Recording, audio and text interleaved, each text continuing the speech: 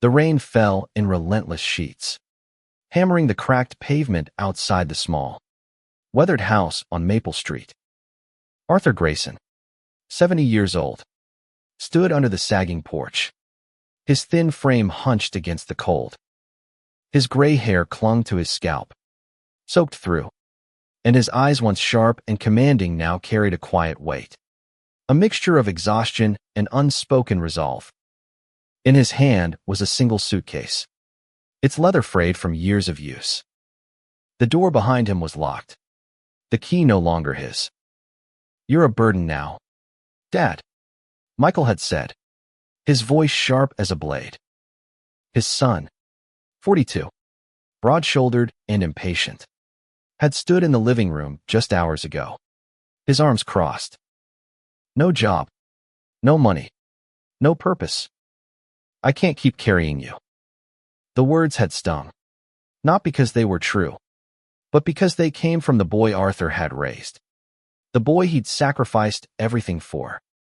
Arthur had been a factory foreman for 35 years, his hands calloused from decades of labor, his back bent from carrying the weight of responsibility. The factory had been his life, his pride. But when the company downsized, citing automation and cheaper labor overseas, Arthur was let go. No severance, no pension, just a curt handshake and a letter of thanks for his dedicated service. At 70, finding new work was like chasing a ghost. He'd tried God. How he'd tried, but every door slammed shut. Michael didn't understand. Or maybe he didn't want to. To him, Arthur's unemployment was a failure, a stain on the family's fragile pride. "You can't stay here," Michael had said, his voice rising. "Not like this." And so, with the rain pouring down, Arthur was cast out, his belongings stuffed into the suitcase now dripping in his hand. He didn't argue. He didn't beg. He simply nodded, his heart heavy but his pride intact, and walked out into the storm. What Michael didn't know, what no one knew, was the secret Arthur had carried for years. A truth buried so deep it had become part of him. In a hidden account, untouched and growing silently, was a fortune. Millions. A legacy he'd built not for himself, but for a purpose far greater than his own comfort.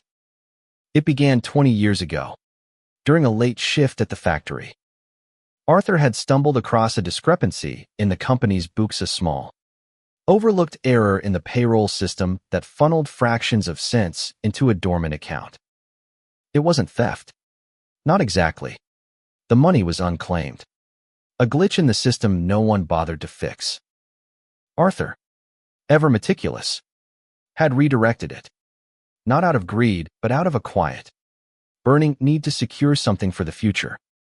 His future, his son's future, and perhaps something more. Over the years, those fractions compounded.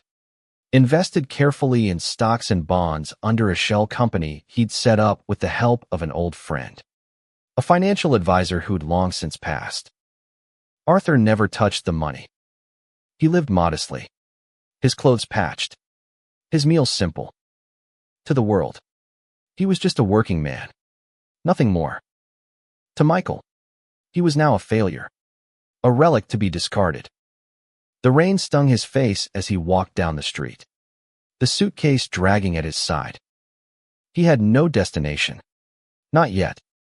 The town of Willow Creek was small, its streets familiar but unforgiving. The diner on Main Street glowed faintly through the downpour, and Arthur pushed through the door, the bell jingling weakly above him. "Evening, Arthur," called Mabel, the waitress who'd known him since he was a young man. Her smile was warm, but her eyes lingered on his soaked coat and the suitcase. "Rough night." He nodded, sliding into a booth. "Just passing through," he said, his voice steady despite the ache in his chest. Mabel brought him coffee, black and steaming, and didn't press for details. She knew better. As he sipped the bitter brew, Arthur's mind wandered to the fortune. It wasn't about the money itself, it never had been. It was about what it could do, what it could mean. He'd always planned to tell Michael, to pass it on when the time was right. But now, with his son's words echoing in his ears, that plan felt like a distant dream. The diner's clock ticked past midnight. Outside, the rain slowed to a drizzle. Arthur stared at his reflection in the window, his face lined with years of labor and loss. He wasn't broken. Not yet. The fortune was still his, a secret he could wield when the moment came. But for now, he needed a place to rest, a plan to rebuild. He wasn't just fighting for himself anymore, was fighting for redemption, for meaning, for a legacy that would outlast his son's betrayal.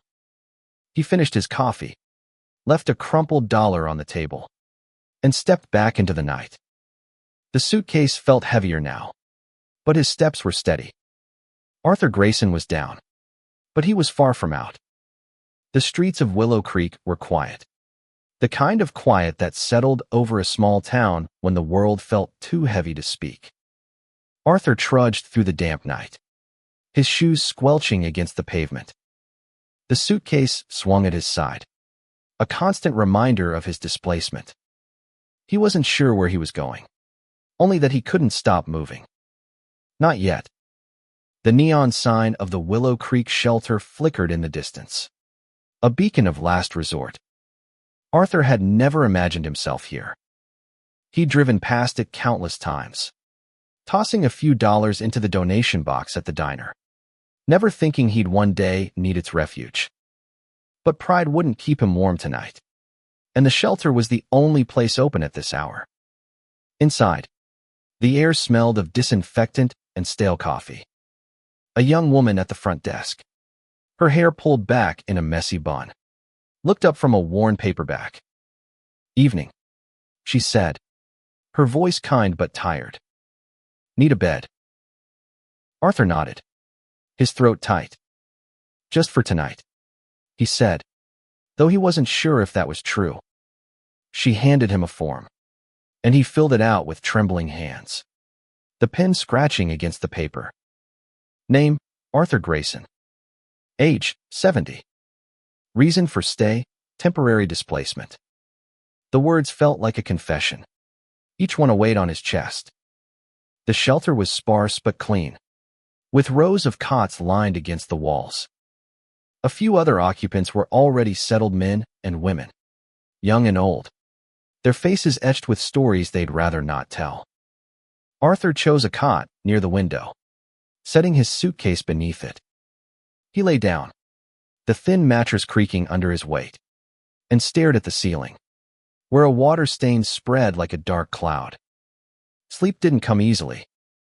His mind churned with memories of Michael as a boy, laughing as Arthur pushed him on a swing. Of his wife, Ellen, gone 10 years now, her smile a fading echo. Of the factory, its machines humming under his steady hand. And always, the fortune lingered in his thoughts, a silent promise he'd kept from the world. He wondered if he'd been wrong to hide it, to let Michael believe he was nothing more than a broken old man. Morning broke with a gray light filtering through the window.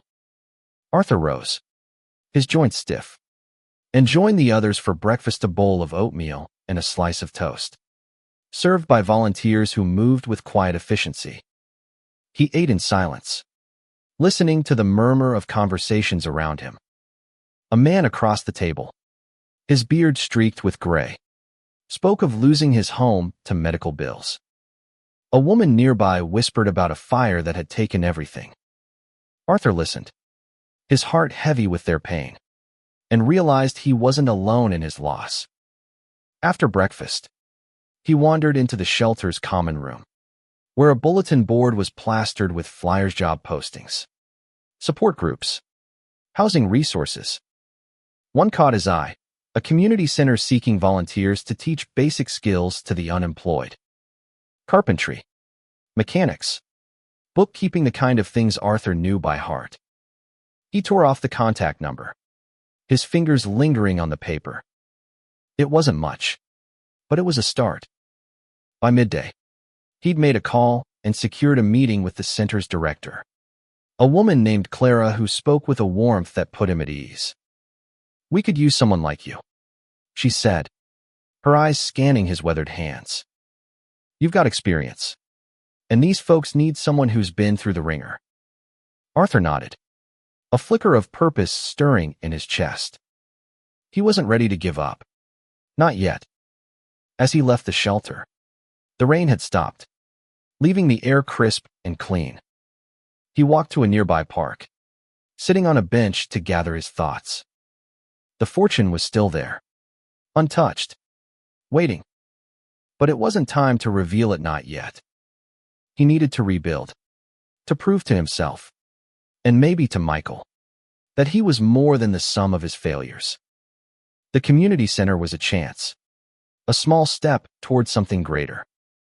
Arthur opened his suitcase, pulling out a worn notebook where he'd jotted down ideas over the years, plans for the fortune, dreams of what it could do. A community center of his own, perhaps, or scholarships for kids like the ones he'd seen at the shelter. He'd always believed the money was meant for something bigger than himself. Now, cast out and starting over, he felt that belief burning brighter than ever. The sun dipped low, casting long shadows across the park. Arthur closed the notebook, his resolve hardening. He'd been kicked out, dismissed, but he wasn't defeated. The fortune was his secret weapon, and when the time came, he'd use it not for revenge, but for redemption. The community center was a squat brick building on the edge of Willow Creek, its windows streaked with years of grime. Arthur arrived early, his suitcase stowed in a locker at the shelter.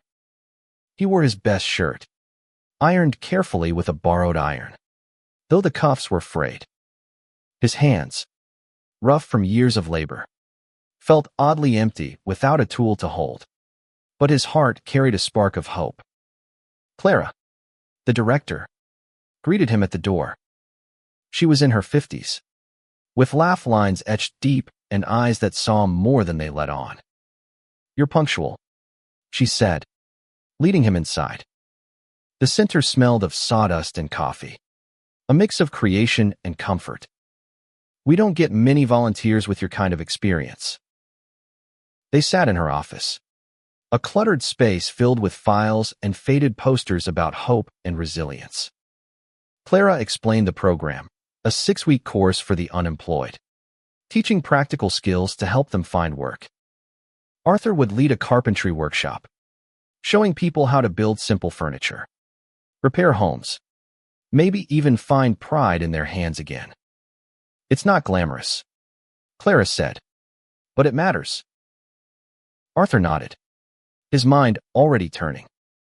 He'd spent decades at the factory, not just working, but teaching, showing young hires how to handle tools, how to measure twice and cut once.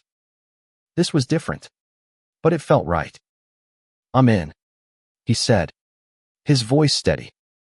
The first class was that afternoon. 8 students, ranging from a 20-something woman with nervous eyes to a man in his 60s who'd lost his job to a factory closure. Just like Arthur. They gathered in a small workshop, tools scattered across a worn workbench. Arthur stood at the front, feeling the weight of their gazes. He wasn't a teacher, not formally, but he knew these skills like he knew his own heartbeat. "Let's start with something simple," he said, holding up a hammer. "A toolbox. Everyone needs one." He walked them through the steps, measuring the wood, marking the cuts, driving nails with precision. His hands moved with a confidence his heart was still searching for. And slowly, the students followed. The woman, Sarah, fumbled with her saw, but Arthur guided her hand, showing her how to let the tool do the work. The older man, Tom, grinned when his first joint fit perfectly. By the end of the session, the room hummed with quiet focus. Arthur felt something shift inside him, a sense of purpose he hadn't realized he'd lost. These people weren't just learning skills. They were rebuilding themselves, just as he was. He stayed late, helping Sarah sand her toolbox, listening as she spoke of her daughter, her fears, her dreams. Arthur didn't say much, but he listened, and that seemed to be enough. That night, back at the shelter, he lay on his cot, the sounds of snoring and rustling blankets fading into the background.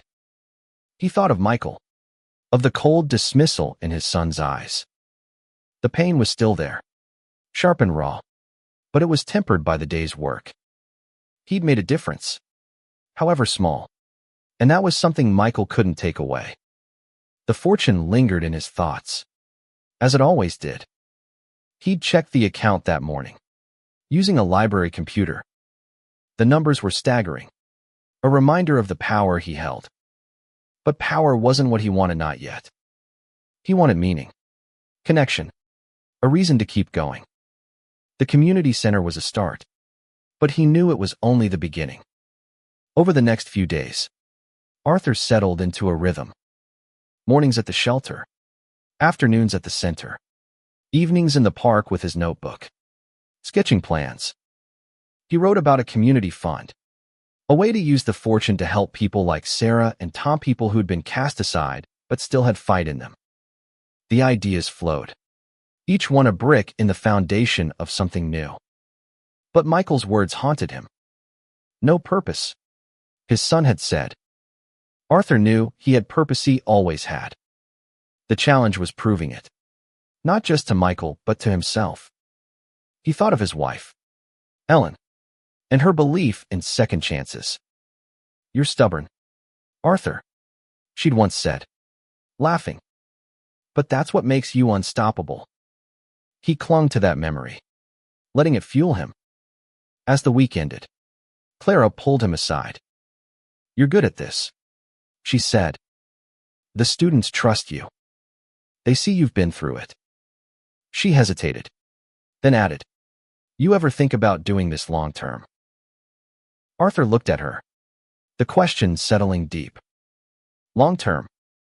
He hadn't thought beyond tomorrow, not since Michael shut the door. But now, with the workshop, the students, the flicker of purpose in his chest, he felt the stirrings of a plan.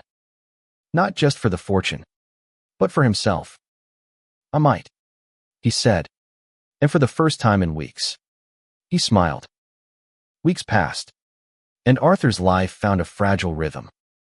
The shelter became less a place of shame and more a temporary home, its routines grounding him.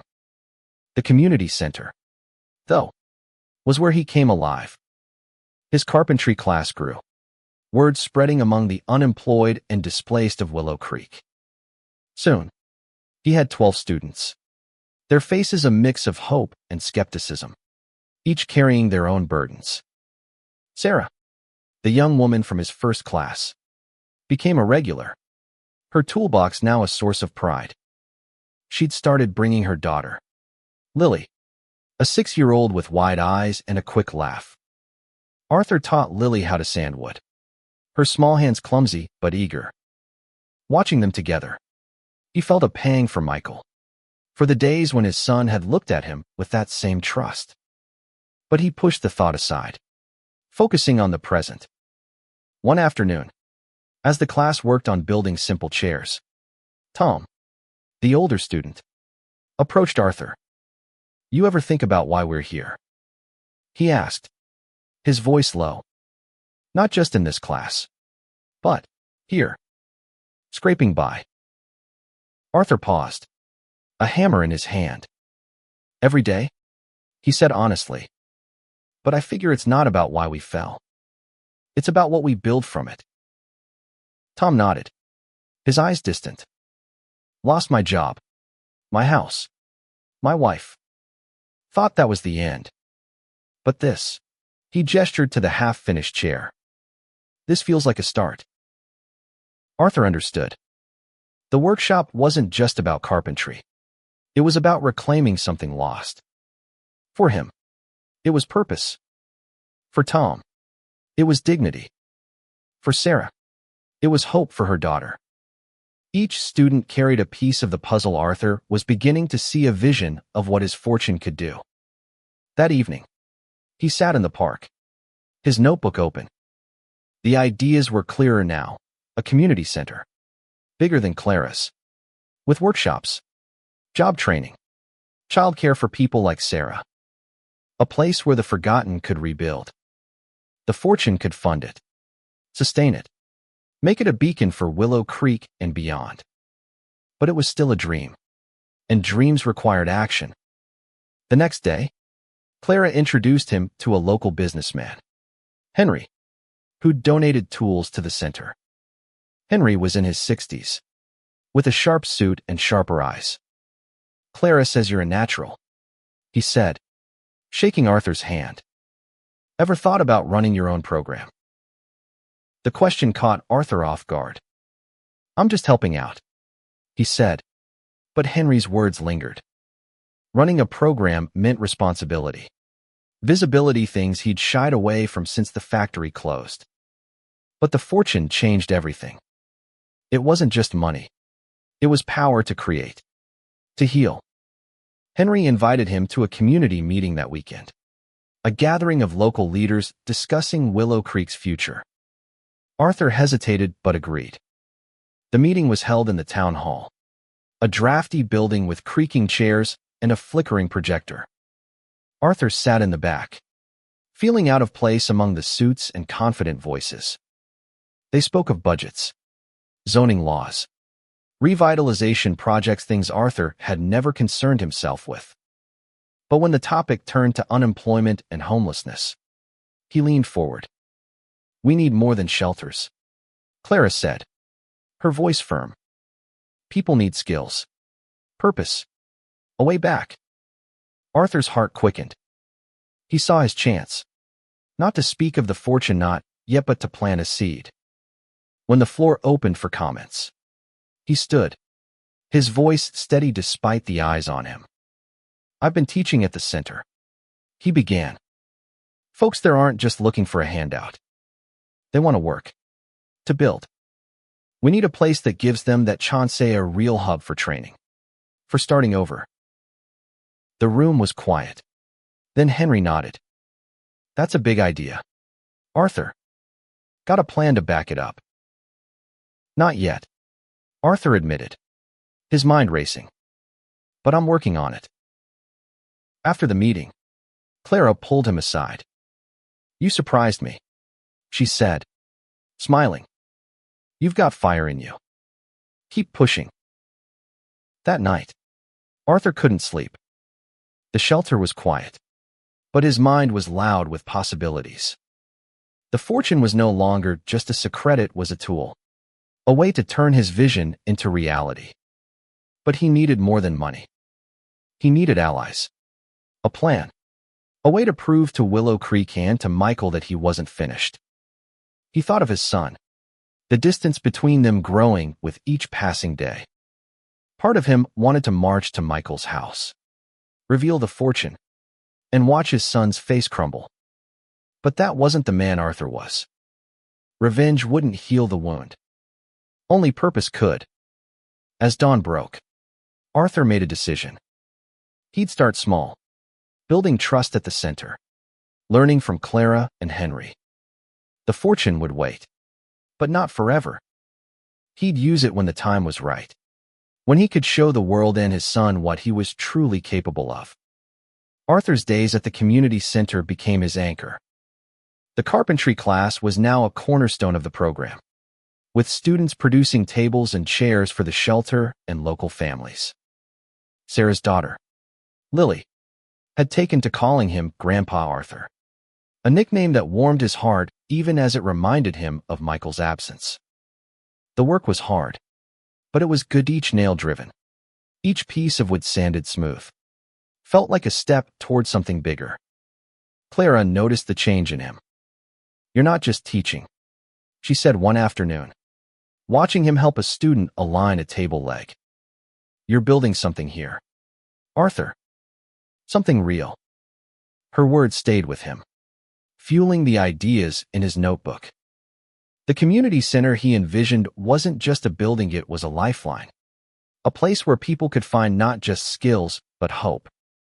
He began meeting with Henry regularly, learning the ins and outs of funding, permits, and community support. Henry was skeptical at first, eyeing Arthur's worn clothes and quiet demeanor. "Big ideas need big money," he said. "You got a backer." Arthur only smiled. His secret safe. The fortune was his ace, but he wasn't ready to play it. Not until he had a plan that could stand on its own. One evening, after a long day at the center, Arthur sat in the park, his notebook open to a sketch of the proposed Centera sprawling building with workshops, classrooms, a daycare, even a garden. He'd started researching costs, reaching out to contractors under the guise of exploring options. The numbers were daunting, but the fortune could cover them and more. What he needed now was legitimacy, a way to present the idea without revealing his hand. The opportunity came unexpectedly. Clara invited him to a regional conference on community development, held in a nearby city. "You've got something to say," she told him. "People need to hear it." Arthur hesitated, was no speaker, no leader in the way these people expected. But the fire in his chest, the one Clara had seen, wouldn't let him say no. The conference was overwhelming. A sea of polished professionals and buzzwords Arthur barely understood. He wore his best suit, patched but clean, and carried his notebook like a shield. When it was his turn to speak, he stood before a room of strangers, his hands steady despite the nerves twisting his gut. "I'm not like most of you," he began, his voice rough but clear. "I'm 70. Lost my job, my home. But I've seen what happens when you give people a chance to rebuild. Not just with money, but with purpose. I'm teaching folks at my community center to build furniture. But really, they're building themselves. I want to create a place where that can happen every day for anyone who needs it." The room was silent, then erupted in applause. Arthur's face burned, but he felt a surge of pride. Afterward, people approached him, asking questions, offering cards. A woman from a nonprofit promised to connect him with grant writers. A contractor offered pro bono advice. Arthur took it all in, his notebook filling with names and ideas. Back in Willow Creek, he shared the experience with Clara and Henry. "You're onto something," Henry said, his skepticism softening. "Let's put together a proposal. Something concrete."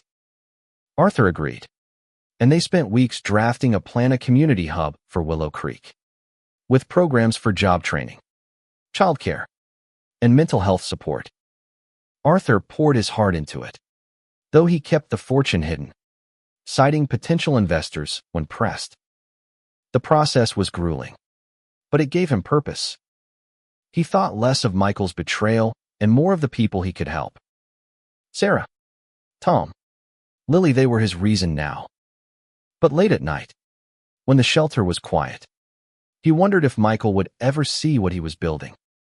The fortune could change everything, but it was Arthur's resolve that would make it matter. One morning, as he walked to the center, he saw a familiar figure on the street, Michael, loading groceries into his car. Their eyes met, and for a moment, Arthur thought his son might speak. But Michael turned away, the distance between them as vast as ever. Arthur's heart ached, but he kept walking. He had work to do, a vision to build. The fortune was waiting, and soon, he'd be ready to use it. The proposal for the Willow Creek Community Hub was nearly complete. A thick binder of plans, budgets, and dreams. Arthur, Clara, and Henry had worked tirelessly, refining every detail. Arthur's notebook, once a private refuge, was now a blueprint shared with allies who believed in his vision. The fortune remained his secret, but its shadow loomed larger as the project took shape. He knew the moment to reveal it was coming. But the timing had to be perfect.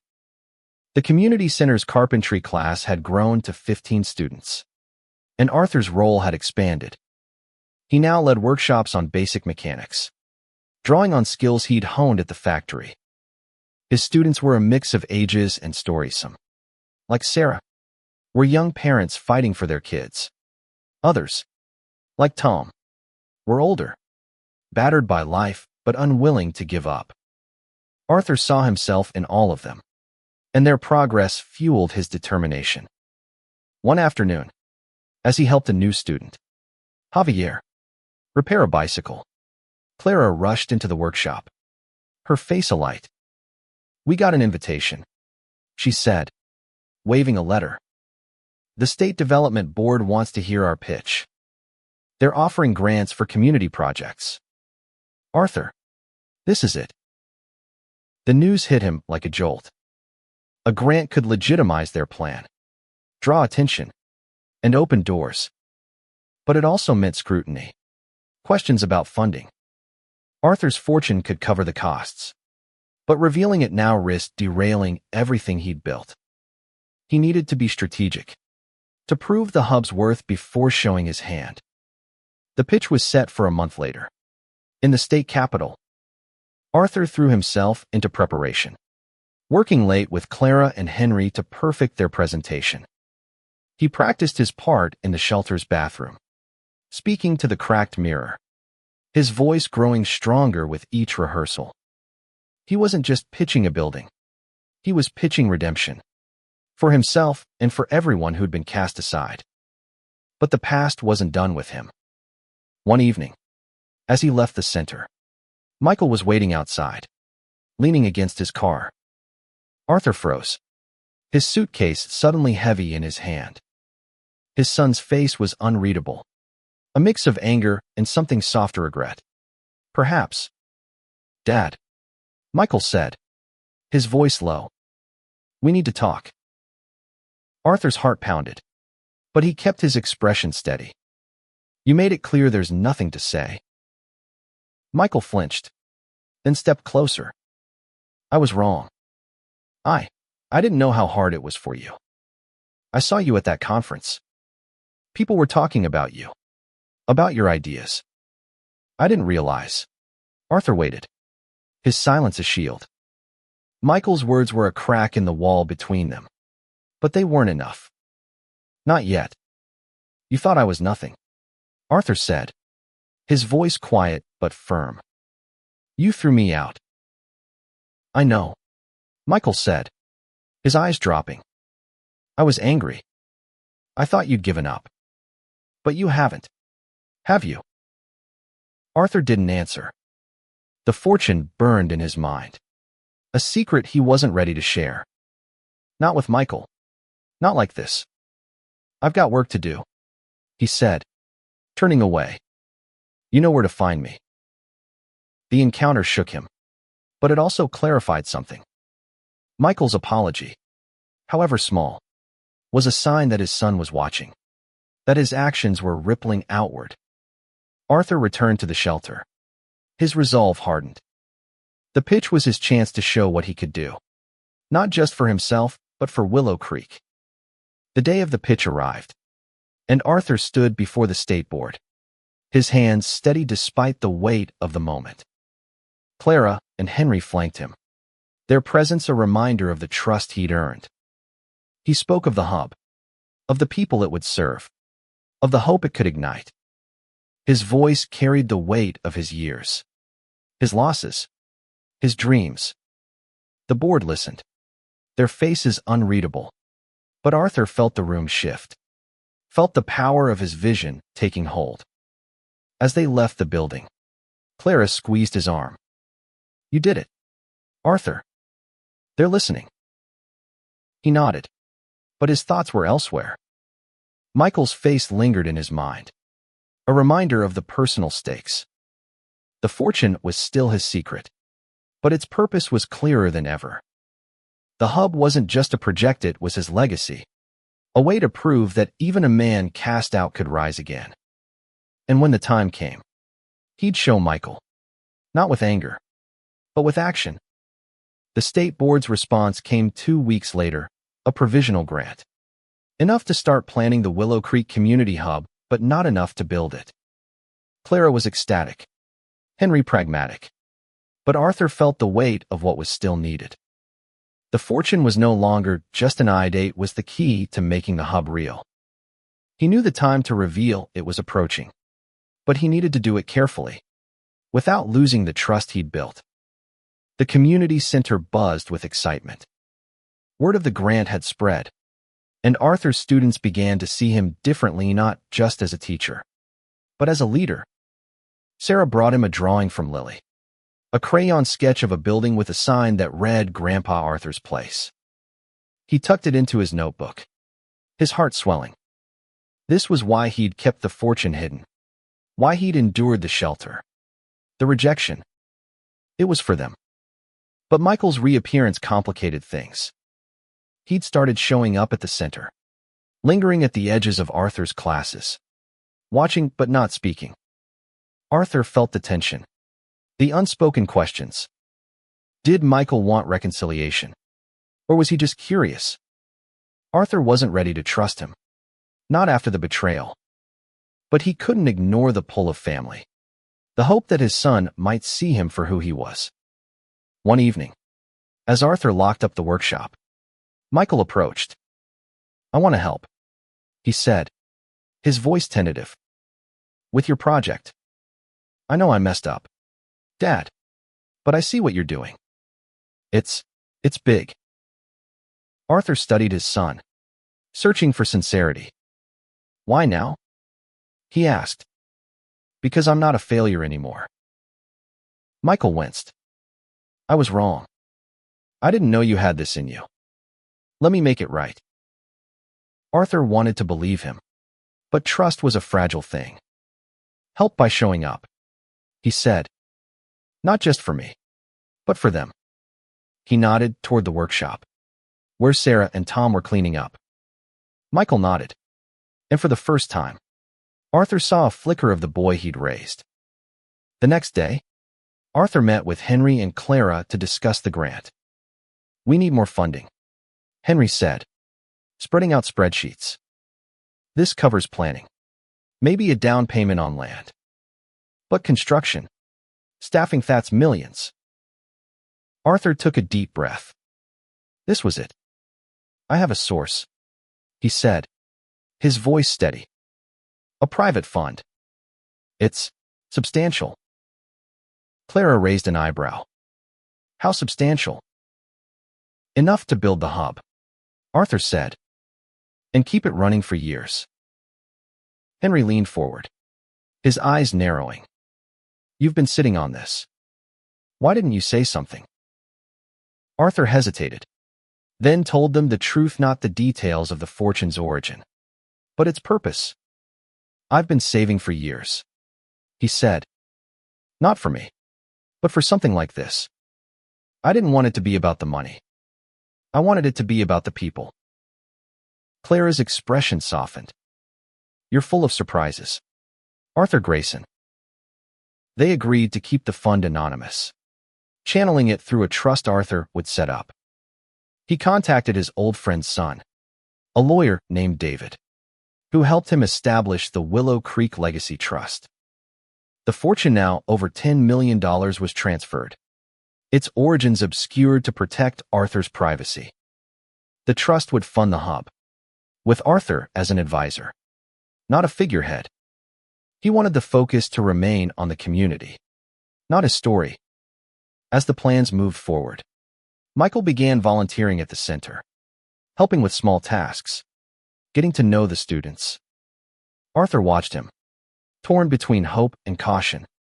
One evening, as they cleaned the workshop together, Michael spoke. "I didn't know you, Dad," he said. "Not really. I'm sorry." Arthur nodded, his throat tight. "We've got time," he said. It wasn't forgiveness. Not yet. But it was a start. The hub's groundbreaking was scheduled for spring. Arthur stood on the empty lot, his notebook in hand, the crayon drawing tucked inside. The fortune was no longer a secret, but its true power was just beginning to unfold. He wasn't just building a center, was building a legacy, one that would outlast his pain, his loss, his son's betrayal. Spring arrived in Willow Creek, bringing with it the scent of fresh earth and new beginnings. The groundbreaking for the Willow Creek Community Hub was a quiet affair. Not a spectacle, but a promise. Arthur stood on the lot, now cleared and marked with stakes, as Clara, Henry, and a small crowd gathered. Sarah and Lily were there, Lily clutching a tiny shovel, her eyes bright with excitement. Michael stood at the edge, his presence a tentative bridge between past and present. Arthur held the ceremonial shovel, his hands steady despite the weight of the moment. "This isn't just a building," he said, his voice carrying over the crowd. "It's a place for second chances, for people who've been knocked down but aren't done fighting. It's for all of us." The crowd applauded, and Arthur drove the shovel into the earth, the first of many steps. The Willow Creek Legacy Trust was now public knowledge, though Arthur's role as its founder remained anonymous. He'd insisted on it, wanting the focus to stay on the hub, not his story. The fortune his secret for so long was now a force for good, funding construction, programs, and scholarships. Over the next months, the hub took shape. Arthur worked alongside contractors, his carpentry skills guiding the framework. He taught classes in the temporary space Clara had secured, training more students, their numbers growing as word spread. Michael became a regular, not just volunteering, but taking on leadership roles, organizing supply runs and coordinating with donors. Arthur watched his son with cautious pride, seeing glimpses of the man he could become. One evening, as they worked late on the hub's framing, Michael spoke. "I didn't understand you, Dad," he said, his hands busy with a hammer. "I thought you'd given up, but you were building this the whole time. Why didn't you tell me?" Arthur paused, choosing his words. "You weren't ready to hear it," he said, "and I wasn't ready to tell. The money wasn't the point. This was." He gestured to the half-built walls, the promise of what was to come. Michael nodded, his eyes damp. "I want to be part of it. Not just the work, but us." Arthur's heart ached, but he nodded. "We'll get there," he said. It was the closest they'd come to reconciliation, and for now, it was enough. The hub opened a year later, a sprawling building with workshops, classrooms, a daycare, and a garden where Lily planted flowers.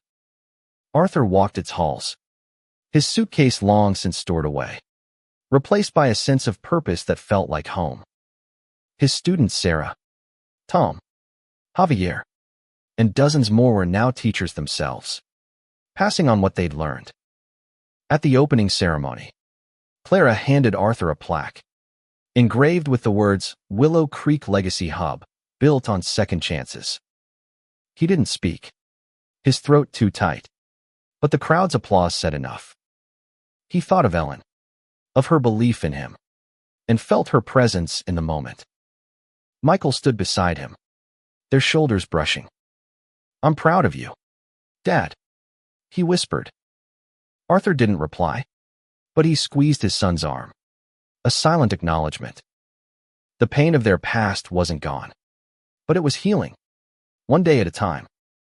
The fortune was spent, not on luxury, but on lives hundreds, maybe thousands, who would find hope within these walls. Arthur's secret had become his legacy, a testament to resilience, to purpose, to the power of starting over. As he stood in the hub, watching Lily run through the garden, he knew he'd done what he set out to do. He wasn't just a man who'd been kicked out, was a man who'd built something unbreakable,